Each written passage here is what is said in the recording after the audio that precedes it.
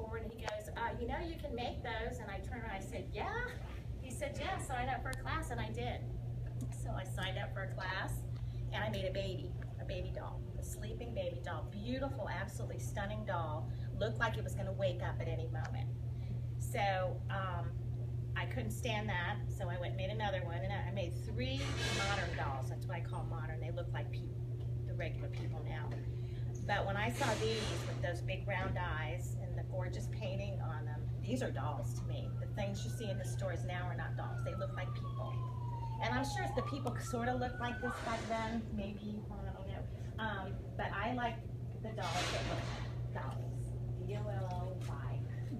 So this is why I got into this, and the outfits. You can't find modern dolls that have outfits like this. And then the ones that you do see like this are in those boxes, they're not.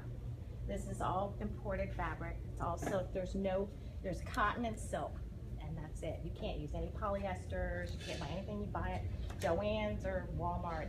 The laces are all imported from France. We don't even make laces here anymore. We used to have big lace companies. They don't make those anymore. So everything is expensive. It's a very expensive hobby.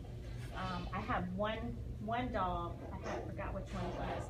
I bought a quarter of a yard of fabric. It was $250 a yard, and I only bought a piece this big so I could make a little tiny doll. So I got the fabric, but I didn't have to pay that kind of money. Now we've got mechanical.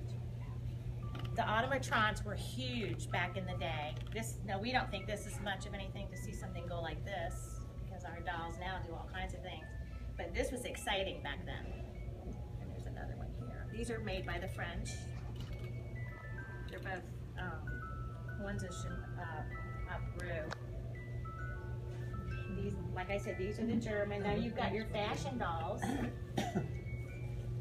She's got quite an extensive underwear, starting from the stockings all the way, her pantaloons, her chemise. And her outfit is in 3 or 4 different pieces. The same with this one here. This is a morning doll, obviously. She's all in black. She's one of my favorites. This is a smiling brew, they called it. She's got tons and tons and tons of the dusters, I guess you want to call it. Anyway, you can make her many different ways, but she happened to be a morning. Here's an interesting doll. In the breastplate, which is porcelain, they used to grind little holes and fire it, and then they would place stone. Looks like a necklace, but it's built into the skin. Little gold beads look like a chain. You can also, I have 2. I've got a Japanese, which is slightly different coloring, and my tinted, this is a Gemot. Anyway, I have a beautiful gypsy at home, and she's a little bit darker. All it does is take some extra wash. You keep putting the color you want on, and you fire it. Fire. Does anybody know what fire means, or doesn't know? There's a kiln process, so it's put in the kiln, and you fire it, 2,000 degrees. It turns to glass. First, it turns to liquid, and right from liquid, it turns to glass in a split. So you can actually watch it happen if you have a window in your kiln. You can see the clay all of a sudden go like this, all watery, and then poof, it turns into glass. It's the most amazing sight you ever saw. Anyway, where I lost my train of thought. So these are all bisque fired, high fired. Here, I'll give you a little idea of what we do. All right, here's the mold. These are the heads. Every head has a different mold. I have a jar of slip, which is... Take it apart. It's got the form of the face in there. This always intrigued me. I never knew how they got these hollow heads. You take your slip, which is, porcelain is poison. It's got silica in it, so you have to be very careful. It's not like ceramic, which is just clay and some other kaolin or whatever's in there. The porcelain has got silica. It's a little bit more, it's a little bit harder when it's fired. It's a little bit more durable. Anyway, so we pour the porcelain in, and you wait about 10-15 minutes, and you pinch the side, and if you get a nickel's thickness in there, it's ready. So then what you would do is you'd stick a straw in. Now, because if you're going to dump the excess out, you don't want the head to come out with it.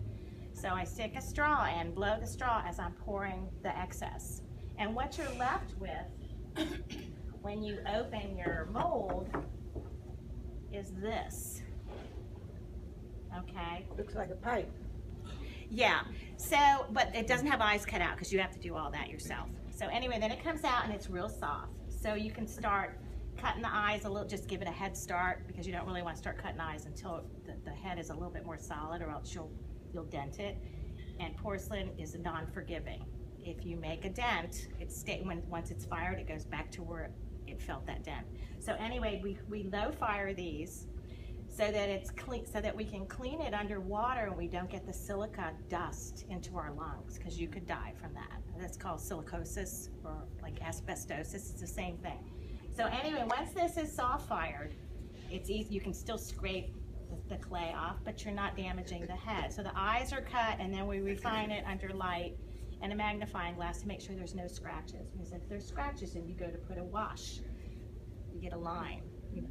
So anyway, it's a huge process to clean these things and to make sure that the eyes, we have bevelers, that your glass eyes fit in. But the problem with that, you have to use a bigger eye. And